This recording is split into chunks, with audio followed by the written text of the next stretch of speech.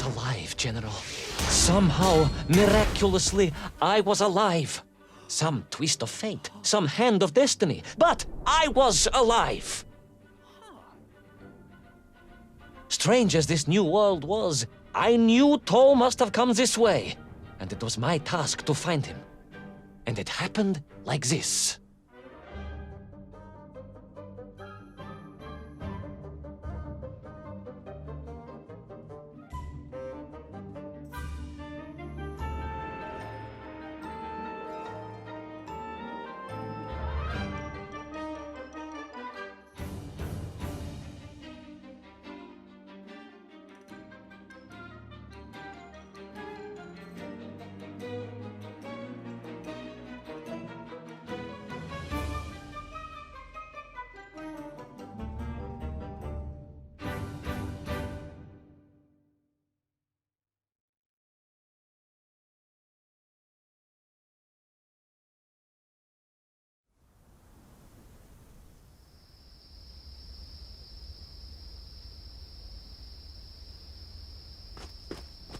The sun beat down on me relentlessly.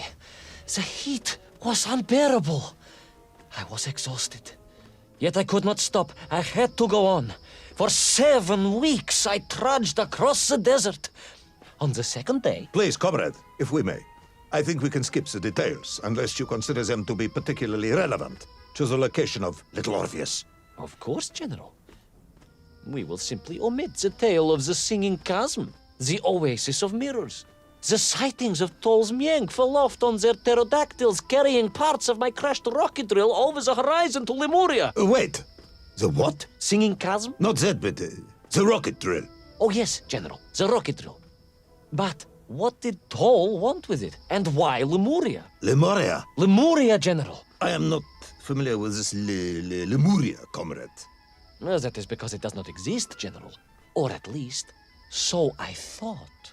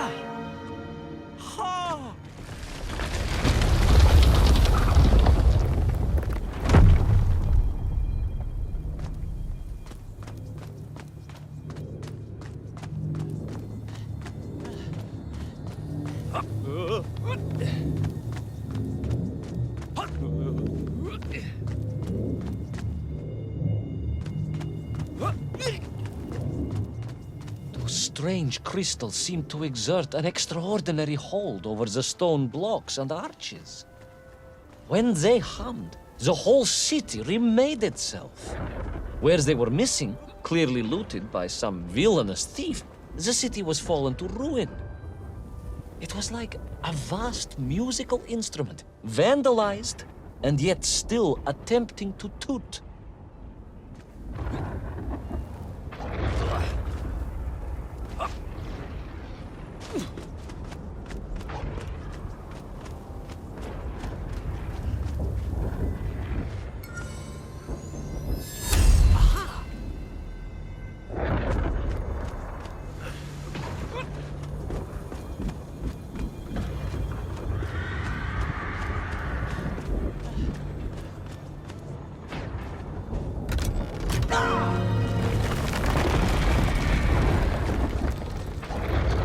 How poetic. I am sure our engineers would be fascinated and baffled in equal measure. If the whole department hadn't been arrested for sedition last week, I would happily convey it to their skeptical ears. Sedition, General?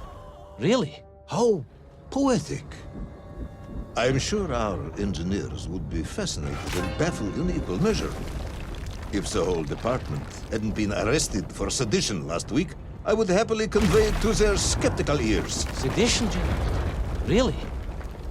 That is unfortunate news indeed. I am joking, comrade.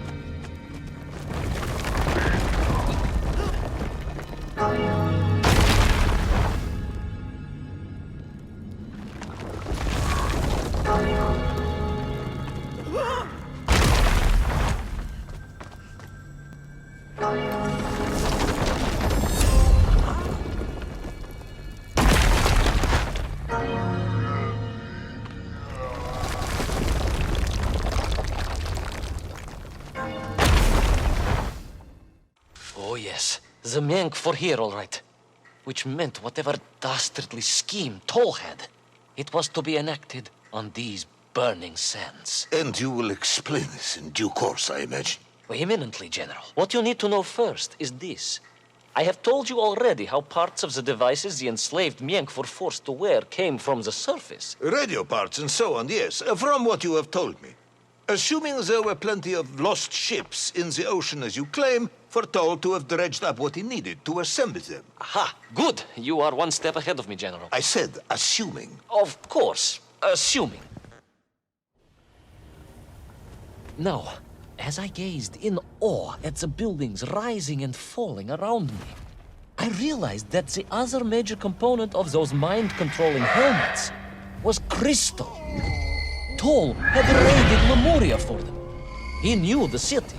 He knew the crystals could amplify vibrations and waves, and was using them to boost the signal of the radio parts to exert his control over the Menk. Which meant...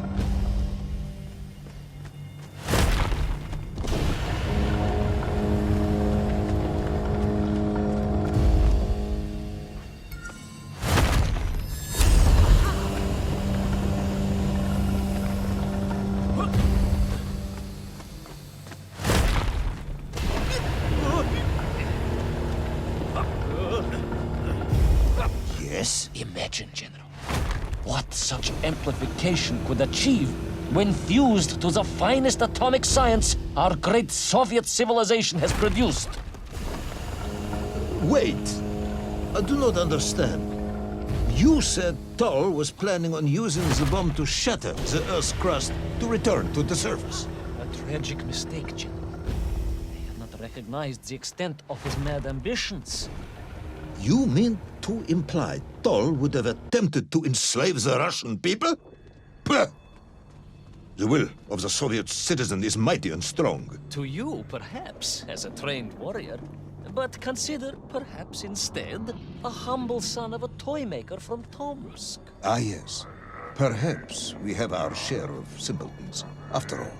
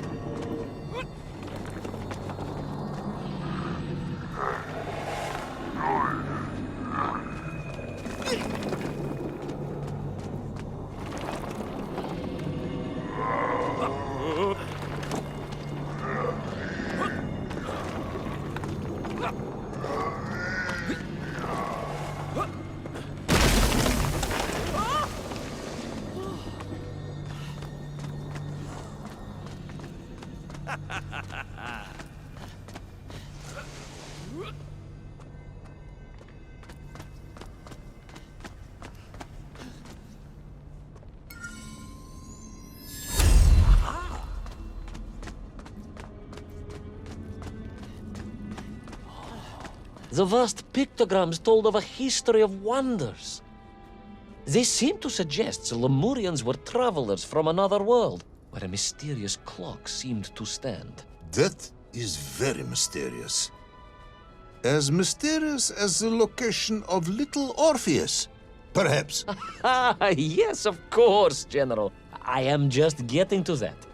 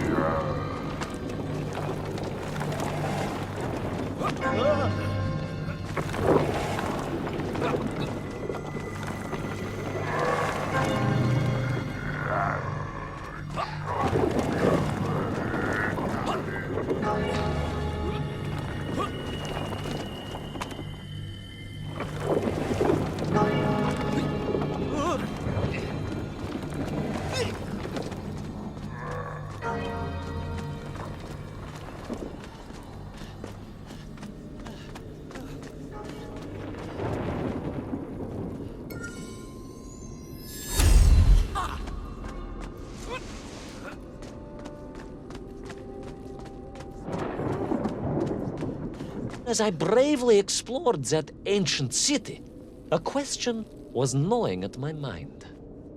What did it mean that the Lemurians had foreseen the coming of Tol? And who was the man from above that was celebrated as the savior of the Mength? It was almost as if they could read the future in their crystals.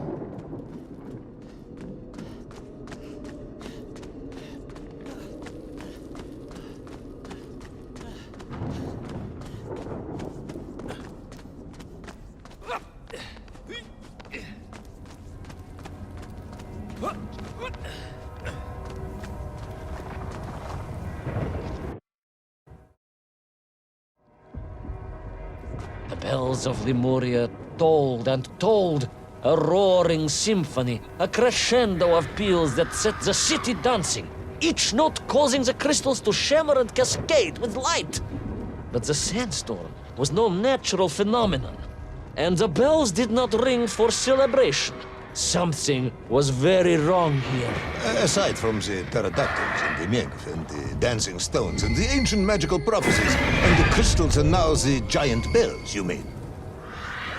If you don't want me to continue, General, then I can easily just quietly go home. Don't think Chepucho will get you out of this one, comrade.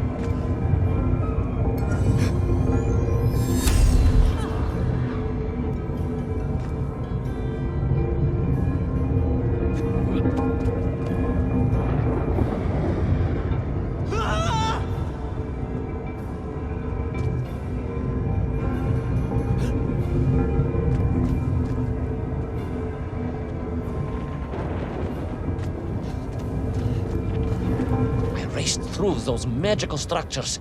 A righteous fire in my heart. I was like Dobrynya Nikic, prepared to strike at the dragon who threatened my homeland. Your heroism is only surpassed by your modesty. On the contrary, General, I chose Dobrynya carefully. Like him, I am a simple peasant. It was fate that chose me to descend to the Earth's core. It was General Komanin who chose you to descend to the Earth's core. But don't let that get in the way of your story. Oh, well then, award General Polkovnik Kamanin the highest medal in the world. He already has several of those. I cannot take credit for his wisdom in sending me.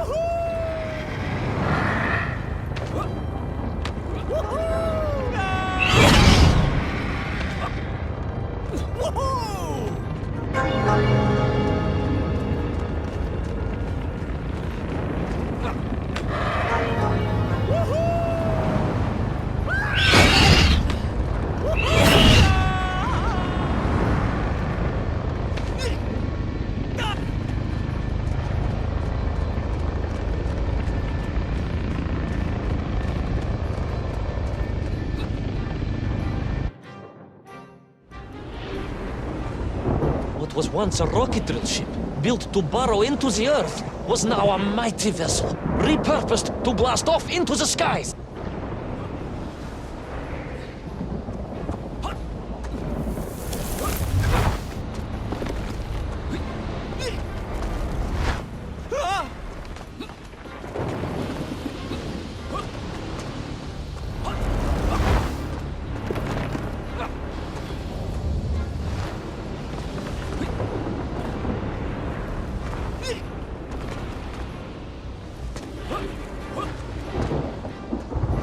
There was no doubt the toll was headed for the strange world with its clock, although to what end I was yet to understand. But there was no time to consider, no time for questions.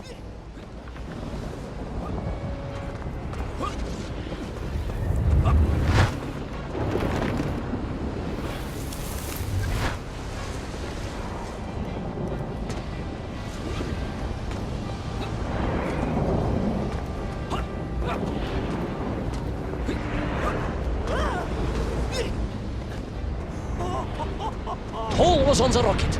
Little Orpheus was on the rocket.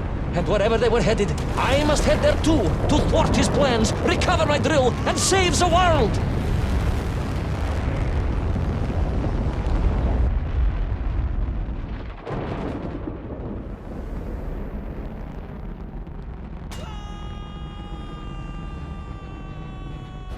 Will our enthusiastic yet disorientated hero be burnt to a cinder by the rocket's engines? Will he be smashed into the rock that surely must be beyond the Lemurian skies? Does Nikolai Petrovich Kamanin really need any more medals? What was the strange clock, and what could it all mean? All of these questions, and more, will be answered, if you're extremely lucky, in the next exciting episode of Little Orpheus!